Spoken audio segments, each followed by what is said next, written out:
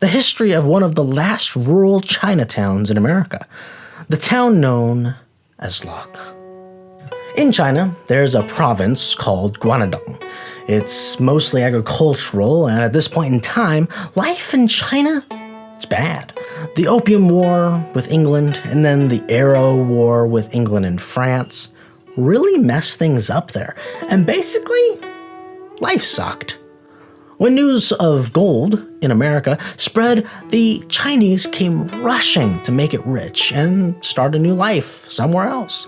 But, as we all know, pretty quickly the Chinese were attacked at the mines, and soon laws were put in place to make it hard, if not impossible, for the Chinese to mine for gold. So they looked for other work, mostly getting into building of the railroads. In 1889, the railroads were all finished, so they looked for other work. And luckily, having come from the farming province back in China, they got right back into farming. Two big groups of Chinese from different dialects lived in a town in Walnut Grove for a while, but a big fire wiped the town out in 1915, and the two groups separated. One of those two groups went to a man named George Locke, who had lots of land. George Locke, as many who originally came to mine for gold, found that being a merchant was way more profitable than having to hope and pray to strike it rich. He and his business partner bought up a few big properties in the Sacramento Delta area. He basically had three main parts to his land. Up in the north, he had a pear orchard. In the east, he just kind of left it wild. And in the south is what became the town of Lockport, later shortened to Locke. The Chinese at this time were not allowed to own property, so they came to Mr. Locke and asked if they could build a town on his land, and he said, all right, sure. So off to work they went, starting out from about 10 Chinese families. A guy named Chan Tin Sin built the first building, which was basically a store and saloon combo. From there it grew, and it grew, and it grew some more.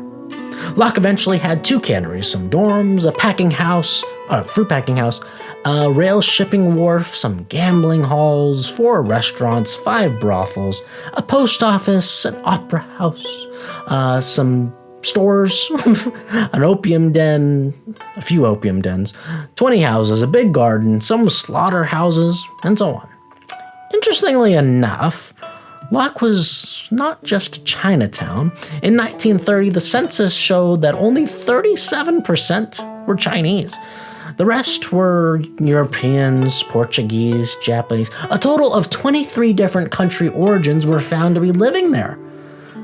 Crazy. The gambling halls and the opium dens were run by the Chinese, but the white guys, they ran the brothels. Many visitors knew Locke as the Monte Carlo of the Delta. Locke was a seasonal town. Only 600 or so people lived permanently. The rest came back on the weekends from working out on the orchard or whatever. Chinese weren't allowed to go to school at this point in time either. The first schools built for Chinese children were from Christian missionaries. Now, one of the best parts of visiting Locke, at least for my family, because we all have experience in working at a casino, was the gambling hall. It's called the Dai Loi Museum. And this place, super cool. It's set up just like it would have been all those years ago. So here's some cool things about the gambling hall. In 1916, pretty much just after opening, the hall got raided. So when they rebuilt it, they took extra precautions. They made the doors thicker, got rid of the windows, and made skylights instead. A bunch of locks were put around the building, and the cashier room got bars added to it. They would even have a watchman outside who, if he spotted the po-po, would press a little button that made an alarm over by the blackjack tables, and they would quickly close all the doors and the voices would be lowered. They'd keep playing, of course, but they'd lower their voices until the coast was clear. However, it didn't always work out that way. Apparently, some cops in blackface showed up, and they were able to get in because no one suspected a black person to be a cop. So that's an interesting tidbit.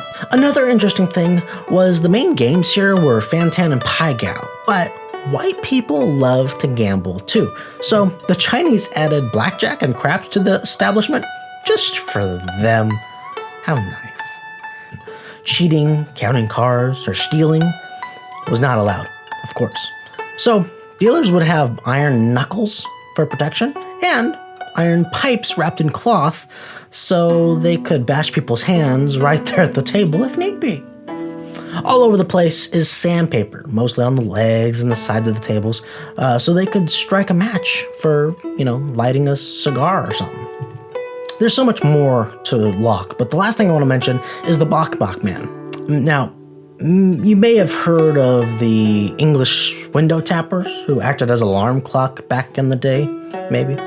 Well, the Chinese had their Bok Bok Man, who the people would pay to go around town telling time using a Bok Bok block.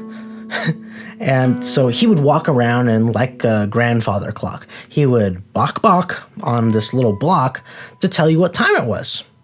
Pretty cool.